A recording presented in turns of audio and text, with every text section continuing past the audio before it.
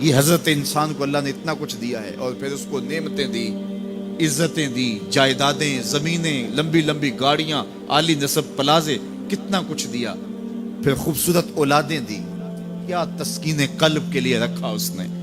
تو اس کے باوجود بھی یہ کہہ رہا ہے بس چل رہا ہے، گزر اوقات ہو رہی ہے۔ ان الانسان لربہ لکنود، انسان اپنے رب کا کتنا ناشکر ہے، اس نے کیا کچھ اسے عطا کیا، کیا کچھ عطا کیا، لیکن یہ شکر کا کلمہ بھی نہیں بولتا، بخل سے کام لیتا ہے۔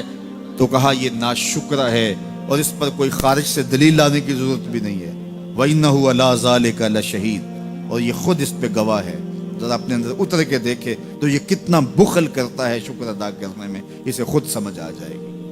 وَإِنَّهُ لِحُبِّ الْخَيْرِ لَشَدِيدٌ، اور اس کی ایک خصلت یہ ہے کہ یہ دولت کی محبت میں بڑا سخت ہے۔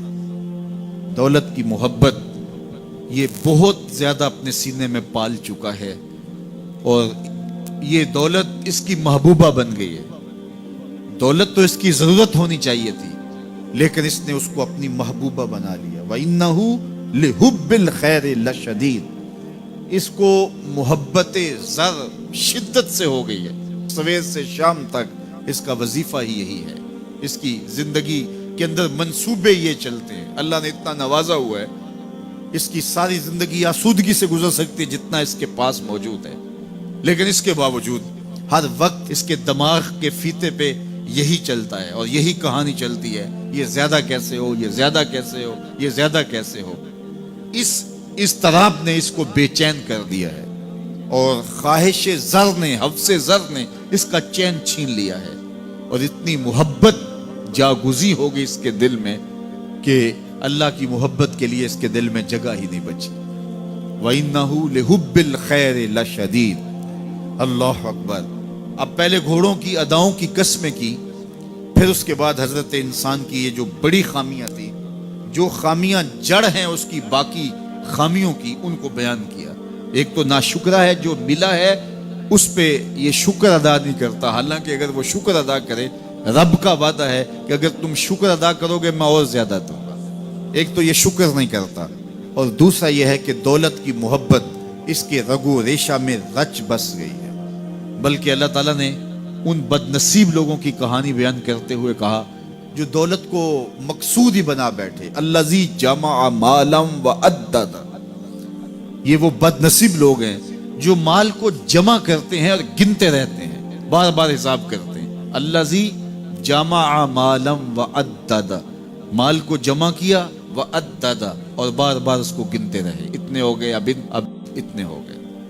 اللہ کلا لینبذن فی الحطام، پہلے شرف میں الذی جمع مالا وعدد یحسب ان مالہ اخلد، یہ گمان کرتے ہیں کہ ہمارا مال ہمیں لافانی کر دے گا، مال کی کثرت سے ہم محفوظ ہو جائیں گے اور ہمارا کچھ نہیں بگڑے گا، دولت اتنی ہوگی تو ہم ہر طرح سے حفاظتوں کے ساتھ میں آ جائیں گے، ہمارا مال ہمیں لافانی کر دے گا۔ یحسب ان مالہ اخلد، اللہ تعالیٰ نے فرمایا کلا، ایسا ہرگز نہیں ہے، یہ تمہاری بھول ہے کہ مال تمہیں لافانی کر دے گا، مال تمہیں مرنے نہیں دے گا، مال تمہیں محفوظ کر لے گا، کلا، ایسا ہرگز نہیں ہے، بلکہ کیا ہے، لَيُنبَذَنَّ فِي الْحُطَمَةِ، ہم تمہیں پکڑ کے آگ میں ڈال دیں گے۔ لَيُنبَذَنَّ کے لفظ پہ اگر غور کیا جائے تو عربی میں جب ان کا جوتا پرانا ہو جاتا تو پرانا جوتا جب پہننے کے بھی قابل نہ رہتا تو اس کو اتار کے ایسے حقارت سے پھینکتے، اور اس کے لیے لفظ استعمال کرتے نبذت النال، میں نے جوتا پھینک دیا۔ وہ جوتا جو پاؤں میں ڈالنے کے بھی قابل نہ رہے اور اتنا پرانا ہو جائے کہ اس کو اب جو ہے وہ مزید مرمت بھی نہ کروانا ممکن ہو، تو اس کو پھر پھینکا جاتا ہے، اور پھر اس کو وہ حقارت سے پھینکتے ہیں، اور وہ جوتا چلتے ہوئے تنگ کرتا ہے تو پھر اس کو اتار کے حقارت سے رب پھینک دیتے ہیں، تو اس کے لیے لفظ بولتے ہیں نبذت النال، میں نے جوتا پھینک دیا۔ حقارت سے پھینکنے کو نبض کہتے ہیں، اور یہی لفظ اللہ تعالیٰ جل شانہ نے فرمایا کلا لینبذن فی الحطمہ، اے اہل عرب، جس طرح تم جوتا پرانا حقارت سے پھینکتے ہو، ہم حقارت سے تمہیں آگ میں ڈال دیں گے۔ کلا لینبذن فی الحطمہ، یہ ان مالداروں کی کہانی ہے جنہوں نے مال کو اپنا معبود بنا لیا، مال کو اپنا مقصود بنا لیا. مال مال مال، ہر قدر پامال کر دی، ہر قدر کی قربانی دے دی مال کے بدلے، اور مال ہی ان کا مقصود بن گیا. اور یہ سمجھے کہ یہ مال جو ہے وہ ان کو لافانی کر دے گا، ان کو مرنے نہیں دے گا، ان کے لیے حفاظتی حصار بن جائے گا. کلا لینبذن فی الحطمہ وما ادراک ما الحطمہ. اللہ فرماتا ہے جانتے ہو جس حطمہ میں، جس آگ میں تمہیں ڈالا جائے گا وہ آگ کیا ہے؟ مل حطمہ، کیا تمہیں پتا ہے وہ حطمہ کیا ہے؟ پھر خود فرمایا نار اللہ الموقدۃ التی تطلع علی الافئدہ، یہ اللہ کی جلائی ہوئی آگ ہے جو دل کھا جائے گی، جو کلیجے چاٹ جائے گی. تو حب زر، یہ حب دولت اور حب دنیا، یہ تمام برائیوں کی جڑ ہے.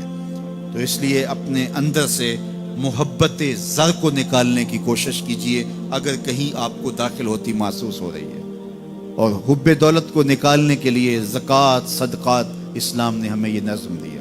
اقبال نے کہا تھا حب دولت تلف می سازت زکوٰۃ. زکوٰۃ حب دولت کو زائل کرتی ہے، جب اللہ کی راہ میں لٹاؤ گے تو اس سے کم بھی نہیں ہوگا.